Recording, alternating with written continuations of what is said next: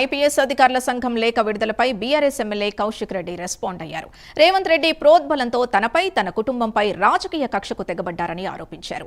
పోలీసులు అధికారులు అంటే తనకు ఎంతో గౌరవం అన్నారు. కానీ కొందరు తాము సమ్మక్క జాతరకు వెళుతున్న క్రమంలో అడ్డుకొని తీవ్ర ఒత్తిడికి గురి చేశారన్నారు.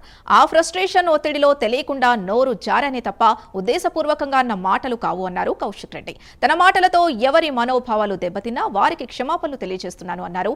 ఈ విషయంలో కొందరు పని కట్టుకుని తప్పుడు ప్రచారం చేస్తున్నారని, ఈ వివాదాన్ని ఇంతటితో ముగించాలని వేడుకుంటున్నామని చెప్పుకొచ్చారు. మా సొంత గ్రామం వినవంకలో జరుగుతుంది. ఆ జాతరలో మొక్కులు చెల్లించుకోవడానికి నేను, నా సతీమణి, నా బిడ్డ మరియు మా దళిత మహిళా సర్పంచ్ గారు మొక్కులు చెల్లించుకోవడానికి పోవడం జరిగింది.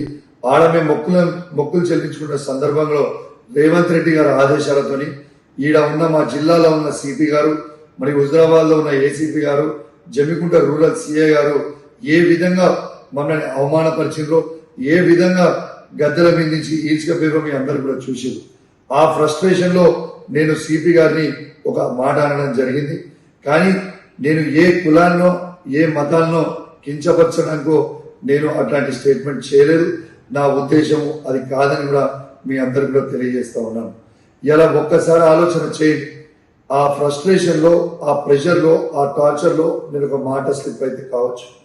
కానీ నేను వాళ్ళందరికీ కూడా దానివల్ల ఎవరికన్నా వాళ్ళ మనోభావాలు దెబ్బతింటే వాళ్ళని నేను పర్సనల్ గా అపాలజైజ్ చేస్తూ సెలవు తీసుకుంటా ఉన్నాను. జై తెలంగాణ, జై కేసీఆర్.